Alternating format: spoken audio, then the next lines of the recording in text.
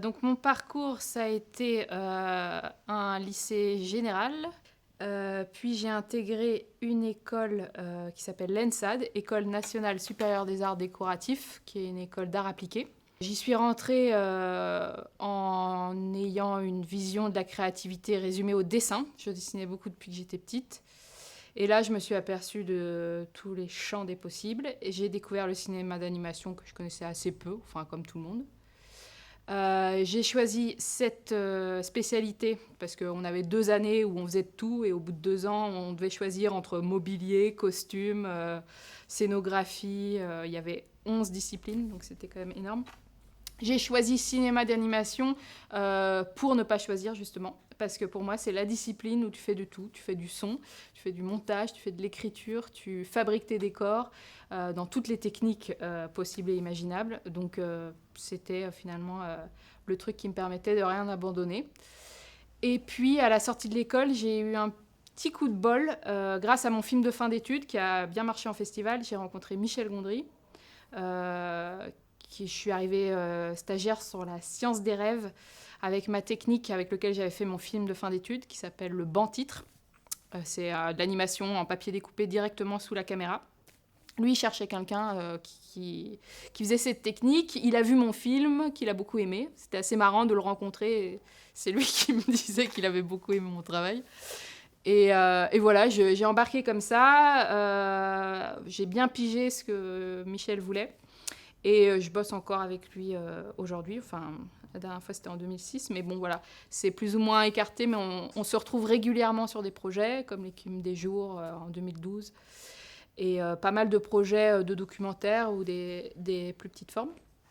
Donc j'ai commencé vraiment avec Gondry. Et après, je suis rentrée dans sa maison de production qui s'appelle Partisan, où j'étais représentée en clip et en pub. Ça m'a fait un peu mes armes. Bon, le milieu de la compétition et de la pub n'était pas idyllique, mais ça m'a permis de beaucoup tourner, de beaucoup tester.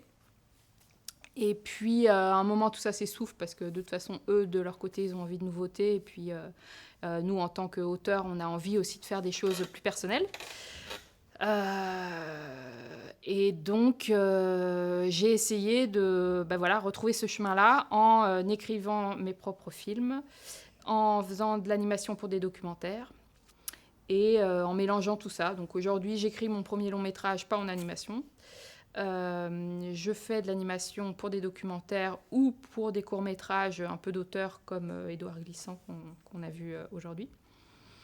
Et j'essaye toujours de varier en sautant d'un projet à l'autre le plus diversifié possible. Et dans les techniques et dans les approches et les thèmes.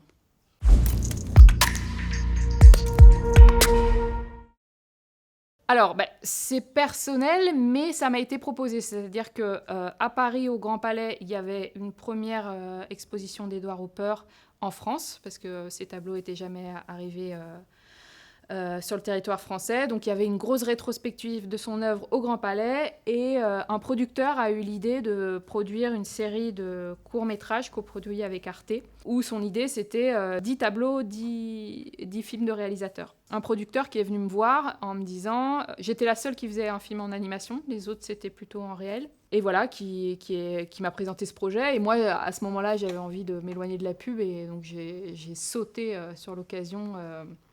Là, c'était une carte blanche. Donc, mis à part me proposer un choix de tableau, c'était à peu près la seule contrainte. Et le temps, j'avais 5 minutes.